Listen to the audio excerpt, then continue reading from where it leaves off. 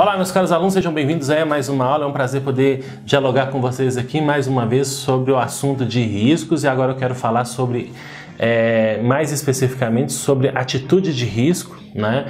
Que um fator que influencia demais, né, a questão de riscos dentro do projeto é como que as partes interessadas se comportam em relação a esses riscos, se elas são mais avessas, se elas são mais propensas a riscos, né, elas assumem características diferentes. Nós temos que tomar cuidado com isso, nós temos que fazer uma leitura das nossas partes interessadas para avaliar se elas realmente aceitam, qual que é o grau de risco que elas aceitam dentro de um projeto, né? Se elas vão ser mais audaciosas ou se elas são mais conservadoras, tudo bem? Então vamos lá. Primeira coisa que eu quero enfatizar aqui, né, que organizações e partes interessadas estão dispostas a aceitar diferentes graus de risco dependendo da sua atitude em relação aos riscos. Gente, por que a gente corre risco?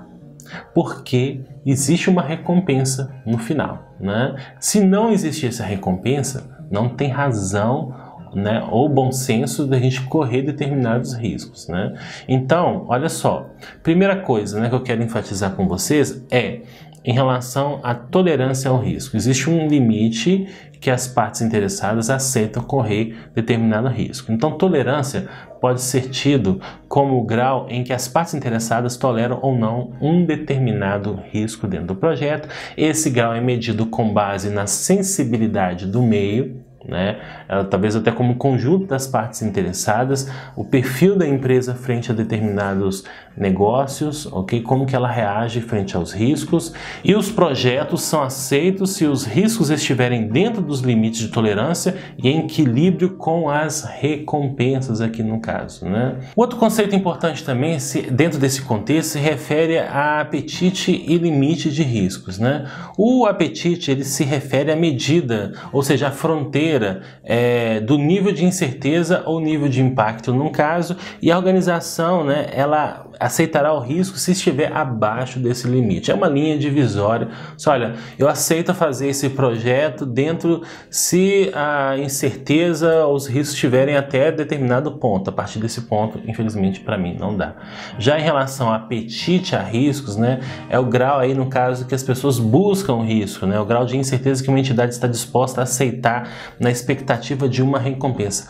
Eu aceito correr mais risco, né, ou seja, eu tenho mais apetite a risco, eu busco mais risco porque eu tenho mais recompensas associadas com esse risco. Então vamos ver um pequeno exemplo, né, envolvendo essa parte de tolerância e apetite, né? Vamos supor assim, se eu viro para vocês e falo assim, olha, viro para um gerente de fábrica, né, e eu pergunto, né, qual que é o seu apetite para o risco de parada de produção, né?